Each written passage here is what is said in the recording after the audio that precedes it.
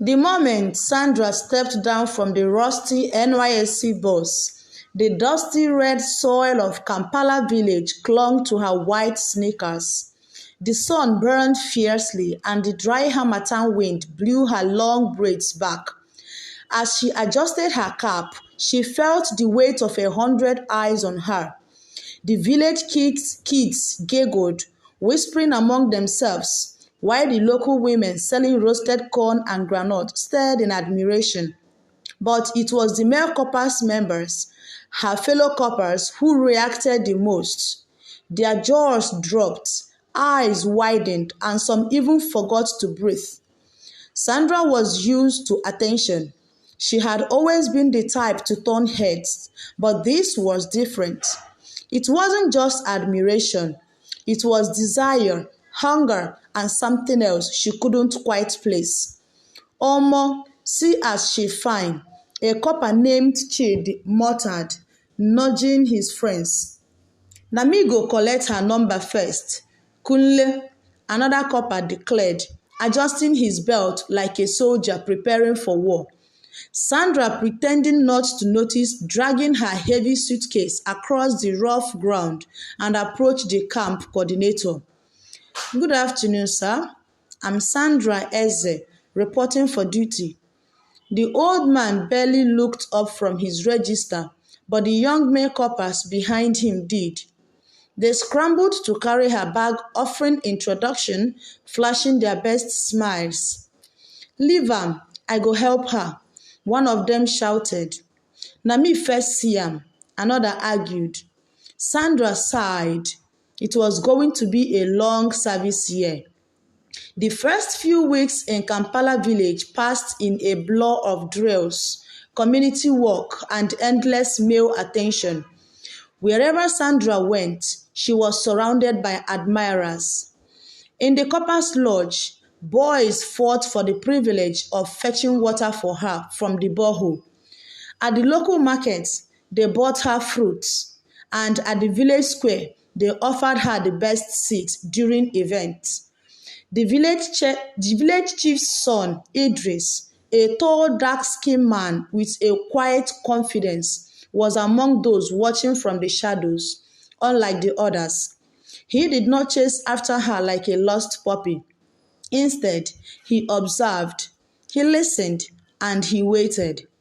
Sandra, why don't you give one of these guys a chance? Her friend Chioma asked one evening as they sat outside their lodge. Chioma, these guys are unserious. They are only interested in competition, Sandra replied, stretching her legs. Well, you can't blame them. You are beautiful, smart, and mysterious. That's a dangerous combination. Sandra laughed.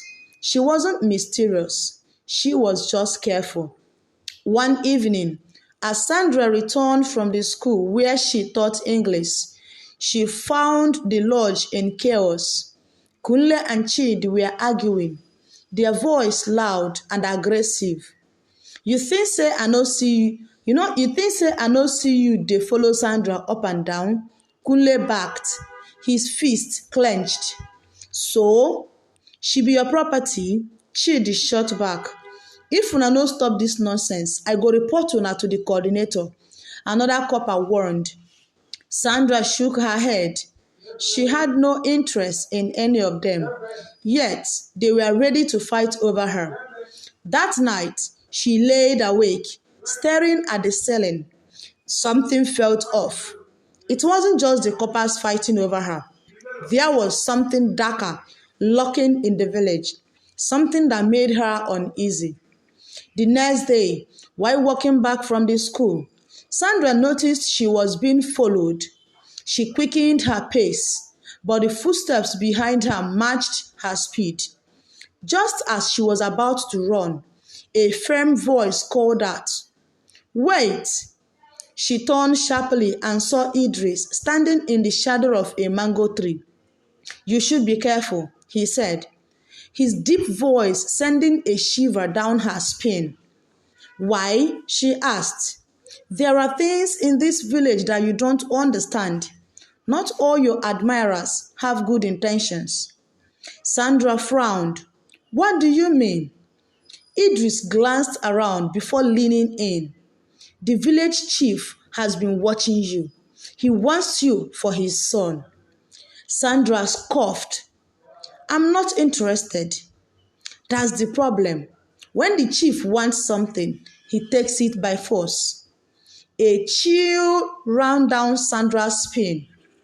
That night, a royal messenger arrived at the copper's lodge carrying a message from the chief himself. The chief invites Sandra Eze to the palace tomorrow, the messenger announced. Whispers filled the air. This is serious, Choma said, gripping Sandra's arm. You can't go alone. The next morning, Sandra and a few coppers made their way to the palace. The chief, a large man with piercing eyes, sat on a golden stool, his son Idris by his side. Sandra Eze, the chief began, his voice thick with authority. I have chosen you to be my son's wife. Sandra's heart pounded. Your Highness, with all due respect, I cannot accept. The room felt silent. Idris clenched his jaw but said nothing. The chief's smile faded. No one refuses my offer. Sandra stood her ground. I am here to serve my country, not to be forced into marriage. The chief's eyes darkened. Then you leave me with no choice. That night, Sandra and Choma packed their bags. The only way to escape was to leave Kampala village immediately.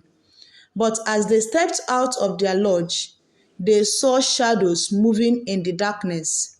The chief's guard were waiting. Run! Chioma screamed. Sandra bolted, her heart hammering. Footsteps thundered behind her. She sprinted into the forest, her lungs burning, her mind racing. A hand grabbed her arm.